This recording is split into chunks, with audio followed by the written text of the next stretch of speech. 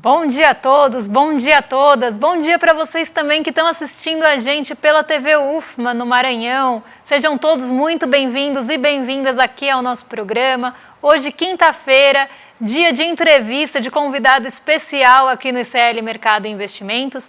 E hoje a gente trouxe o Rafael, que vai falar lá do Rio Grande do Sul com a gente. A gente vai comentar aí com ele em relação não só à experiência que está sendo, como é que está sendo a vivência, mas também impactos econômicos aí, tanto no Brasil como no Rio Grande do Sul. Mas temos outros assuntos também para tratar com vocês, porque hoje saiu o monitor do PIB. Então vamos ver ali como é que a FGV está olhando para o nosso PIB no dia seguinte ali da divulgação do IBCBR, que também é um termômetro da nossa atividade econômica. E a gente também vai falar de arroz hoje com vocês, algo que vem preocupando aí bastante os brasileiros.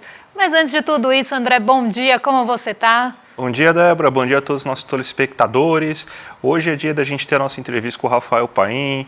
Ele vai falar um pouco da situação no Rio Grande do Sul, então a gente vai ter um papo aí de 10 minutinhos aí para o pessoal aqui da nossa agência entender aí tudo que está acontecendo lá.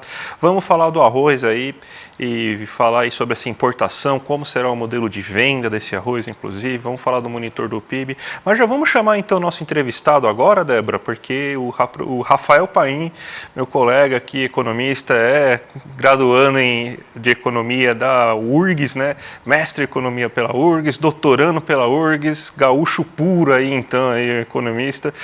Bom dia, Rafael, tudo bem? Bom dia pessoal, tudo bem? Tudo ótimo. Rafael, para a gente começar nosso papo, eu queria que você falasse aí de uma forma geral aí sobre, para quem não sabe, o Rafael, ele é de Porto Alegre, está em Porto Alegre, né? Então, eu queria que você desse um panorama geral de como que está a situação agora de Porto Alegre, do estado do Rio Grande do Sul, de como que estão as coisas aí, essa experiência que não deve ser nada agradável aí de passar esses momentos aí. Então, pessoal, a minha experiência em particular é bem menos dramática do que muitas pessoas aqui no Rio Grande do Sul. Eu, particularmente, moro numa região que foi, em Porto Alegre, pouco atingida, mais alta, na Zona Sul, perto do Rio, mas ainda assim um pouco mais alta. Então, para mim, pessoalmente, ela é muito mais atingida pelo drama de ver meus parentes, amigos, como refugiados climáticos, né, desalocados, desabrigados, do que provavelmente comigo em si. Eu tenho experiência nos mercados, então até 2-3 dias atrás faltava água nos mercados, agora já está reabastecendo um pouco a água. Ainda assim, nós temos algumas restrições na compra das águas, então normalmente é um fardo de água por CPF, por enquanto. As massas também estão sendo controladas, alguns outros produtos de higiene também estão sendo controlados, então não podemos comprar assim à vontade. O gás faltava até semana passada, não tinha gás de cozinha para comprar, agora está sendo reabastecido. Mas a sensação que eu tenho é de choque, né? Nós vivemos uma situação de... Eu sei que essa frase é repetida várias vezes, de guerra, assim. Porto Alegre, metade da cidade está embaixo d'água. E nós temos regiões históricas da cidade, né? Para quem mora aqui, a imagem de monumentos da cidade, do aeroporto, das regiões centrais abaixo d'água é consternadora, é muito triste. Mas assim, é claro que uma experiência pessoal, ela às vezes reflete pouco o que é a realidade. Eu vejo pouco, eu tenho alguns tios que perderam alguns mercados, eu tenho alguns parentes que perderam algumas casas, mas nós estamos falando aqui de mais ou menos 2 milhões de pessoas atingidas. São 500 mil pessoas que perderam suas casas, ou perderam suas casas ou saíram das suas casas. É 500 mil de pessoas que de um dia para o outro tiveram que sair de casa. É muita gente. Eu, particularmente, tenho a sensação da pandemia, porque eu estou trancado em casa, tenho algumas restrições de acesso a alguns alimentos. Então, para mim, pessoalmente, é uma sensação meio que o ápice da pandemia. Isso é uma coisa bem discutida aqui entre nós e os psicólogos que aparecem na televisão, né? A sensação da tragédia, da pandemia, tudo de volta de um dia para o outro. Só que para muita gente é o fim da sua memória, né? E, enfim, está sendo um período muito conturbado pra gente. A gente tenta essa sensação de voltar à normalidade o mais rápido possível. Mas, enfim, tem muito tempo ainda pela frente.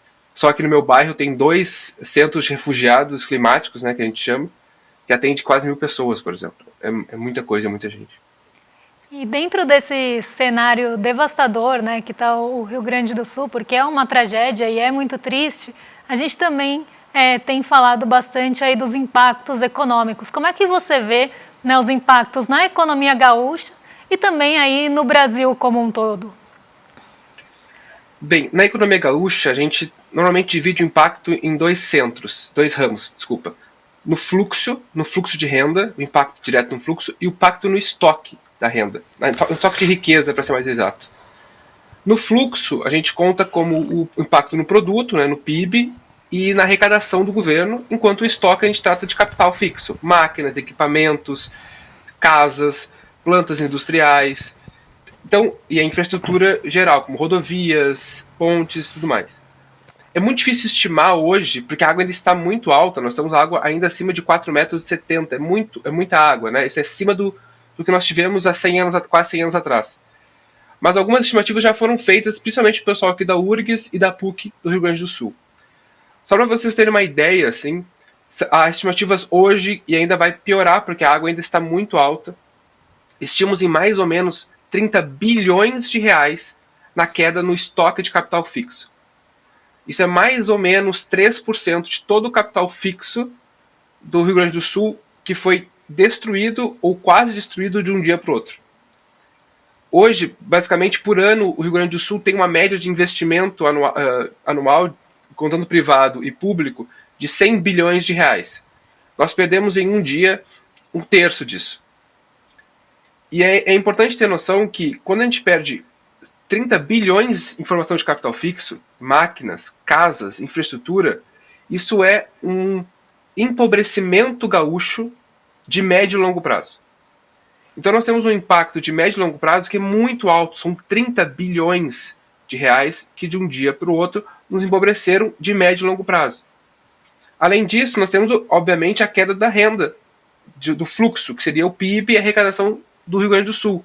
Porque de um dia para o outro nós não temos como abastecer as empresas, as famílias, o consumo, nós perdemos o acesso às mercadorias, as pessoas tiveram que sair das suas casas, as pessoas perderam as empresas, os comércios. Então, de um dia para o outro, nós empobrecemos enquanto renda, empobrecemos enquanto capital. Então, nós estamos condenados, em parte, de curto prazo, porque perdemos a renda, e de médio e longo prazo, porque perdemos capital fixo, que é muito importante para o crescimento de médio e longo prazo e para o desenvolvimento gaúcho e brasileiro. No Brasil, esse impacto, obviamente, escala, porque nós estamos falando da quarta economia do país. O Rio Grande do Sul é o quarto PIB das unidades federais do Brasil. E é sexta em população. Então nós temos uma perda para o Brasil muito grande também, ainda que em nível de preços, né, que era a preocupação do arroz, isso não tenha muita preocupação, porque nós já recolhemos 80% do arroz e o governo federal ainda liberou a importação de arroz.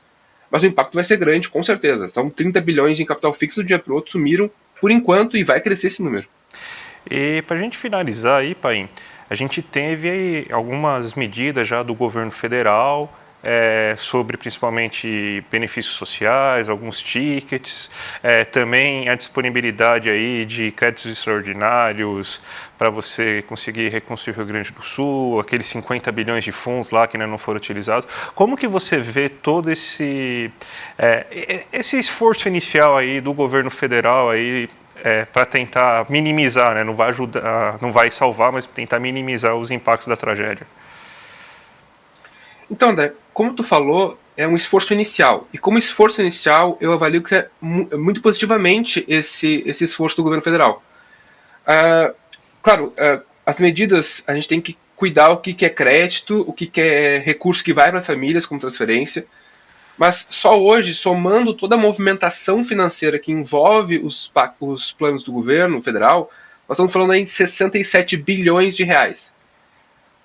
Claro, 67 bilhões de reais conta algumas coisas, como crédito, alavancagem, mas se a gente pensar só em reconstrução, por exemplo, e contando o fundo que vai vir da suspensão da dívida do Rio Grande do Sul, o governo federal já lançou 16 bilhões de reais em reconstrução imediata. Nós temos aí mais ou menos 4 a 5 bilhões em compra de alimentos, farmacos, em reestruturação da defesa civil. Nós temos também alguns recursos como transferência para as famílias, que é o Bolsa Família que foi adiantado. Nós temos o seguro-desemprego que tem mais 2 parcelas. Nós temos o auxílio de R$ 5.100 que gira em torno de 1 bilhão e 200 para as famílias atingidas. Então, como esforço inicial, o governo federal tem feito um trabalho muito positivo. A gente tem uma pressa muito rápida para ter tudo de uma vez só, mas foi anunciado tudo isso em uma semana. São 60 bilhões de reais anunciados em uma semana, é um bom esforço, é um esforço adequado. Só que agora, para médio e longo prazo, é insuficiente. Como eu disse, nós perdemos quase 30 bilhões só em capital fixo. Para reconstruir tudo isso, além de levar tempo, leva muito dinheiro. Nós estamos falando de 16 bilhões para reconstrução de estradas, de alguns acessos rodoviários da cidade, mas temos que reconstruir todas as casas que foram destruídas. E aí nós temos que pensar em duas coisas. A gente vai reconstruir e colocar tudo onde estava antes, ou nós vamos reconstruir e alterar toda a tecnologia que envolve o estado do Rio Grande do Sul. E quando eu digo tecnologia, eu digo, vamos reconstruir pensando no verde, vamos reconstruir pensando, não construir o bairro aonde alaga, mas construir agora um novo bairro, porque tem bairros que foram destruídos totalmente. Então vamos pegar esse bairro e reconstruir onde ele era, vamos trocar o bairro de lugar. E o aeroporto vai ficar onde está alagado, com risco, ou vamos trocar o aeroporto de cidade, que é um plano já antigo do governo. Então tudo isso tem que ver para nós pensarmos em como é que vai ser esse investimento, e tudo depende do governo federal, porque o estado do Rio Grande do Sul não tem recursos para isso, né? Nós temos uma federação onde apenas a União consegue emitir dívida e tudo mais. Então, por isso, temos que pensar no médio e longo prazo. Isso envolve, na minha concepção, como se fosse um PAC verde para o Rio Grande do Sul, que envolve muito recurso, para mim, muito acima de 30 bilhões hoje. Mas até então, emergencialmente, o governo federal tem feito um bom trabalho, e eu acho que se continuar nesse ritmo, vai conseguir trazer pelo menos algum alívio financeiro para o Rio Grande do Sul, já que o trauma muitos anos vão levar ainda. Eu queria agradecer sua presença aí, Paim, muito boa entrevista aí. O espaço aqui está sempre aberto para você, se você precisar de alguma outra coisa aí. E só para você dar o agradecimento final, então. Agradecer a oportunidade para falar, eu acompanho vocês. Deixar um abraço para todas as pessoas que foram atingidas pela enchente. E, enfim, lembrar que hoje é um dia triste para o jornalismo esportivo. Nós perdemos 2 pessoas que eu sou muito fã e eu queria lembrar esse aqui também. Na verdade foram 3, né? O Silvio Luiz também acabou de falecer também. Pois é. Então, obrigado aí, o Antero Greco aí, o Apolinho. O Antero Greco eu sou muito fã, fiquei realmente muito triste aí também. Um abraço para a família dele, para todo mundo aqui do ICL que trabalhou com ele, inclusive. Obrigado, pessoal. Tá certo. Vamos então agora, Débora, falar aí sobre o monitor do PIB que saiu hoje e diferente do que ocorreu... Ah, não, desculpa, tem que falar sobre a agenda, né? A gente fez agora coisas diferentes, então a gente vai partir agora para a agenda para falar sobre isso, né? Vamos passar rapidinho aí, só para a gente saber o que está na agenda hoje, o que deve movimentar o dia. Mas aqui vou passar rapidamente para a gente poder falar aí dos outros assuntos que a gente tem aí na fila. Daqui no Brasil, né, a gente tem uma agenda um pouco mais esvaziada. Hoje vai sair, na verdade já saiu o IGP-10 e o IPCS de maio da segunda quadricemana, e saiu também às 10 horas, que ainda não está nessa tela, mas está na próxima. Saiu às 10 horas o monitor do PIB, esse sim a gente vai entrar em detalhes para ver como é que foi a leitura da FGV em relação à nossa atividade econômica. Foi um pouco diferente do que a gente viu ontem no IBCBR, então a gente vai trazer esse dado para vocês. Hoje, na agenda do exterior, o que deve ficar bem no radar aí é o Departamento de Trabalho e os pedidos de auxílio-desemprego nos Estados Unidos. O mercado de trabalho está sendo acompanhado lá muito de perto, então esse deve ser um dado que vai ficar na centralidade também, junto aí ao Brasil com o monitor do PIB no radar. A gente tem hoje a fala de vários dirigentes do Banco Central dos Estados Unidos, então vocês vão ver aí na agenda que a partir das 11 horas a gente começa a ter diversos dirigentes do Banco Central falando ao longo do dia, participando de eventos ou dando pronunciamentos ali durante a sessão. Isso pode mexer com os ânimos do mercado, que está bastante otimista depois da divulgação da inflação ao consumidor dos Estados Unidos ficar ali abaixo do esperado. A gente tem ainda durante a tarde a divulgação do boletim macrofiscal, E às 11 horas da noite aqui, então logo, né, no início da manhã na China, mas aqui a gente já vai estar com os mercados fechados, saem aquele conjunto, né, de dados que normalmente saem juntos, que é produção industrial, investimentos em ativos fixos e vendas no varejo do mês de abril da economia chinesa. Esses dados normalmente também ganham um peso, mas eles só afetam a abertura do dia seguinte. Então, hoje a gente tem uma agenda bem centrada em falas de dirigentes do Fed. Aqui no Brasil, a gente tem uma divisão ali da agenda, mas com o monitor do PIB pela manhã ganhando um peso importante, até porque não temos outros indicadores mais relevantes que saem hoje. Então, a gente pode ter aí um dia com uma agenda mais esvaziada, que vamos ter impacto, por exemplo, dos preços das commodities. E eu vou falar daqui a pouquinho disso na abertura. Então já vamos agora sim o PIB, né? Vamos falar do monitor do PIB da FGV, que apontou uma alta de 0,7% no primeiro trimestre, justamente igualzinho o que o Ministério da Fazenda acredita nas suas projeções, e diferente do IBC-BR, uma alta de 0,4% no PIB, né, no PIB mensal em relação a fevereiro e março, né? Você tem alguns gráficos aí para mostrar para a gente, né, Débora? Exatamente, justamente mostrando, né, esses dados da própria FGV, o gráfico é deles. Então, a gente teve aí no comportamento do monitor do PIB em relação ao mês anterior, né? Então, a gente está comparando o mês de março contra fevereiro.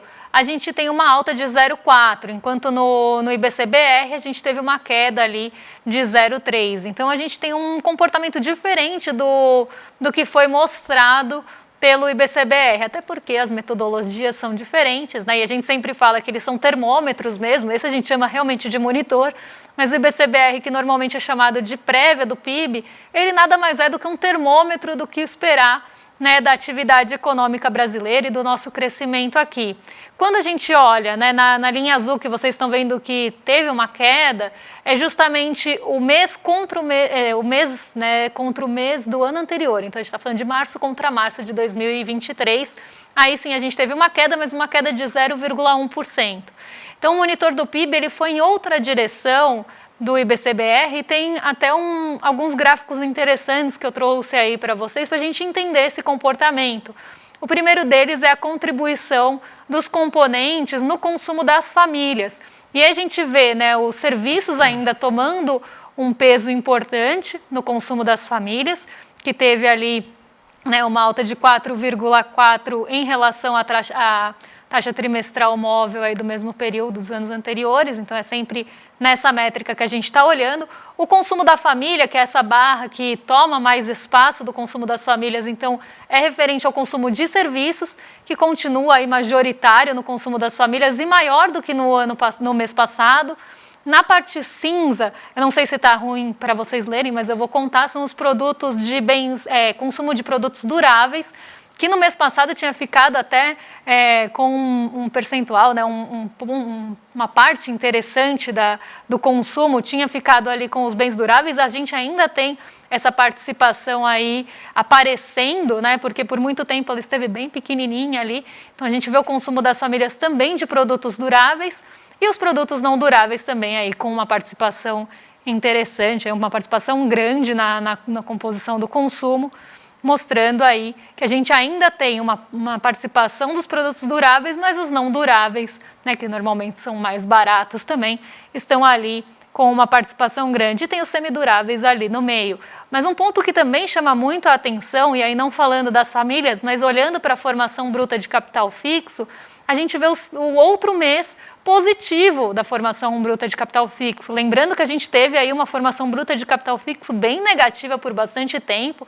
E aqui traduzindo para vocês, de uma forma muito simplista, a gente está falando, né, na formação de capital fixo, que seria justamente ali uma possibilidade e o investimento do futuro. E a gente vê máquinas e equipamentos com uma participação positiva importante, a construção também ganhando um peso inclusive maior do que no mês passado e outros bens aí de formação bruta de capital fixo também ali apontando no positivo. E esse é um ponto importante aí do monitor do PIB, porque a gente teve ali, né, principalmente máquinas e equipamentos, no negativo por bastante tempo e muito negativo. Então, a gente volta a ver, né, uma formação aí de capital fixo com máquinas e equipamentos crescendo, né, algo que a gente não via há bastante tempo. Né, e aí a formação bruta de capital fixo vai para o positivo em 3,4, sendo que estava ali, chegou em alguns momentos a 6,8 de queda. Então aqui uma formação bruta de capital fixo positiva e com uma participação, aí uma composição interessante. Um PIB até de boa qualidade, então a gente pode dizer, né? Vamos falar rapidinho do preço do arroz aí, só para informar vocês que você tem então agora algumas regras sobre aquele arroz que será importado pelo governo federal. Ele vai ser vendido aí com uma marca própria aí, que é uma marca que somente vende aí produtos do governo federal, então vai ser uma marca própria e o preço vai ser fixo para todo mundo, então o quilo do arroz vai custar R$4. Mas fiquem tranquilos, aí o pessoal que já está ficando alarmado, que estamos tabelando o preço dos alimentos que nem nos anos 80, não, gente. O preço do arroz que o governo vai vender em alguns mercados, que vai ser definido esses mercados que serão abastecidos com esse arroz aí, vai ser definido por índices como insegurança alimentar, então serão mais regiões mais empobrecidas, serão regiões mais longe dos grandes centros. Então esse arroz vai custar 4. Se você encontrar esse arroz no mercado, fique tranquilo que você não é obrigado a comprar ele. Se você quiser comprar o tio João por um preço maior, ou se o tio João tiver por um preço menor, e para não falar de outros também, tem o Camil, tem o Prato Fino, tem um monte de arroz. Você vai poder comprar os outros aí, só o do governo está tabelado, tá certo? Débora, vamos então agora para abertura para fechamento de mercados de ontem e abertura de hoje, Débora? Vamos lá, porque a gente tem aí pontos importantes para trazer, né, do fechamento de ontem, porque ontem a gente teve uma queda no rendimento dos títulos de dívida dos Estados Unidos, então as famosas treasuries caíram bastante durante o dia ontem, principalmente depois da divulgação do índice de inflação ao consumidor nos Estados Unidos ficar abaixo do esperado. Isso deu um fôlego para os índices nova-iorquinos, a gente não conseguiu surfar nessa onda por conta da Petrobras, né? A Petrobras e os grandes bancos puxaram o nosso Ibovespa para baixo, então a gente teve ali um Ibovespa negativo, né? Mas a queda nem foi tão grande quanto poderia ser, né? Teve ali uma queda de 0,38%, mas em Nova York a gente teve um dia bem positivo, os índices acima de 1%, renovando máximas históricas, inclusive o Dow Jones renovou máxima histórica ontem, e a Nasdaq, que é uma bolsa mais intensiva em tecnologia e acaba tendo uma sensibilidade maior ao mercado de juros, também ficou ali positiva, 1,40. E aí esse vento positivo chega à Ásia nessa madrugada e o Hang Seng lidera as altas por lá, pelo mesmo motivo da Nasdaq. O Hang Seng é uma bolsa mais sensível ao movimento de juros, é uma bolsa que é intensiva em tecnologia e acaba tendo, então, essa sensibilidade maior, né, ao apetite pelo risco. Então, quando a gente tem uma taxa de juros mais alta, um setor ali como o de tecnologia, que acaba tendo uma dependência maior do capital de terceiros e também tem um risco maior, é prejudicado se a gente tem um momento de alta dos juros. Mas no momento contrário, se a gente tem um arrefecimento das expectativas para os juros, esse setor ele reage positivamente. E justamente pelo mesmo motivo da Nasdaq, o Hang Seng liderou as altas no continente asiático, fechou aí 1,58 positivo e hoje as bolsas por lá fecharam majoritariamente também no terreno positivo, acompanhando esse movimento de Nova York e a queda nas expectativas para os juros dos Estados Unidos, que inclusive reforçaram que pode ser ali que o primeiro corte vem em setembro, então não mais em novembro, como chegou a ser aí pensado, como chegou a ser especulado, mas voltou aí a expectativa para corte em setembro, justamente por esse índice de preços mais controlado e abaixo das expectativas. Olhando ali para a abertura dos mercados de uma forma geral, hoje a gente tem as bolsas no terreno positivo, ainda acompanhando o movimento de ontem. As treasuries elas estão subindo um pouco hoje, até porque elas caíram com força ontem. Hoje elas estão passando por ajustes e a gente tem nos Estados Unidos vários dirigentes do Banco Central falando hoje. Isso tem potencial para mexer com as expectativas dos juros. Então, hoje a gente tem as treasuries em alta, né, em uma alta moderada, mas nada que esteja diminuindo o apetite pelo risco, pelo menos nessa manhã, pelo menos aí antes dos dirigentes do Banco Central dos Estados Unidos falarem, porque as bolsas estão positivas, tanto aqui no Brasil que está bem perto do 0 a 0, mas está positiva, como em Nova York, que a gente vê aí uma alta tanto na Nasdaq como no S&P. Na Ásia, né, o Nikkei 225, que também é bastante sensível a movimentações dos Estados Unidos, ficou em alta de 1,38 e o Xangai Composto ficou perto da estabilidade. O dólar cai hoje, respondendo muito ao movimento de ontem da queda das treasuries, que também a gente não conseguiu surfar e aproveitar no dólar, não só pela alta da nossa bolsa, mas também pegando esse ajuste de ontem que a gente não conseguiu capturar. E aí o DXY está indo na direção contrária. O que está impulsionando também a gente para cima e o dólar para baixo é o petróleo Brent, porque ontem saíram os estoques nos Estados Unidos e o petróleo está com um estoque menor lá nos Estados Unidos.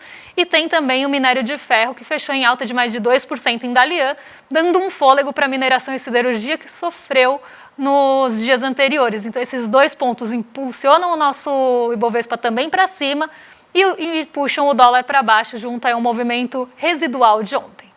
Débora, temos um recado muito importante aí, porque as votações do ICL-10 começaram já. Para quem não sabe, o ICL-10 é um tanque de negócio, só que como tudo no ICL, ele é diferente, né?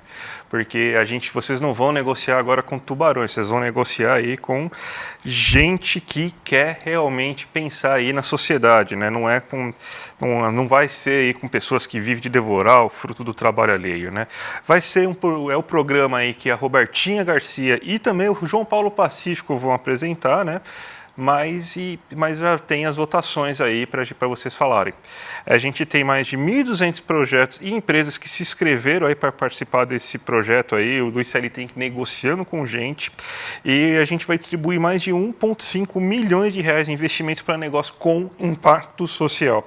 Tem tecnologia e inovação, saúde e bem-estar, alimentos e bebidas, educação e cultura, comércio e serviços, estilo de vida e lazer, construção e infraestrutura. Então, gente, são 10 projetos que o nosso corpo técnico vai definir e 10 projetos aí que você tem aí, que são os escolhidos por votação popular. E uma coisa importante, devido a todas a tragédia que tem no Rio Grande do Sul, o ICL se compromete que 2 desses projetos escolhidos serão da região. Então, gente, muito importante aí, tá bom? Muito importante. E temos vídeo? Não temos vídeo hoje? Temos vídeo, produção? Não temos vídeo hoje. Então, gente, não deixem aí de votar no projeto, tem projetos incríveis, vocês podem aí entrar no site, conhecer esses projetos, né? E é uma forma também de vocês conhecerem várias iniciativas diferentes que estão concorrendo no ICL-10 e votar aí na sua preferida, lembrando que você pode dar um voto por dia. E agora, na esteira aqui do nosso programa, vocês ficam com o Rolê ICL, com o William De Luca e o Guga Blá. A gente se despede por aqui, mas amanhã a gente está de volta com mais mercado e investimentos. Um beijão para vocês e até lá. Até a próxima, gente. Tchau, tchau. Fala, turma! O ICL-10, reality show do ICL, que vai distribuir R$1,5 milhão em investimento para empresas e ideias que queiram construir um país melhor, entrou na sua segunda fase. Na primeira fase, 1.200 pessoas inscreveram seus projetos. Agora só vão sobrar 20. 10 por votação do júri técnico, 10 por votação do voto popular. E é aí que você entra. Você que está com um projeto inscrito, pega lá seu link, manda para todo mundo que você conhece e começa a pedir voto. As pessoas podem votar uma vez por dia. E se você é da comunidade CL, vai lá ver os projetos, tem muita coisa incrível. E escolhe os projetos que você acha que devem ir para a próxima fase. Agora não tem escapatória. É pedir voto, pedir voto, pedir voto e esperar para ver quais são os 20 que vão ficar para a próxima fase. Um abração e vamos com tudo!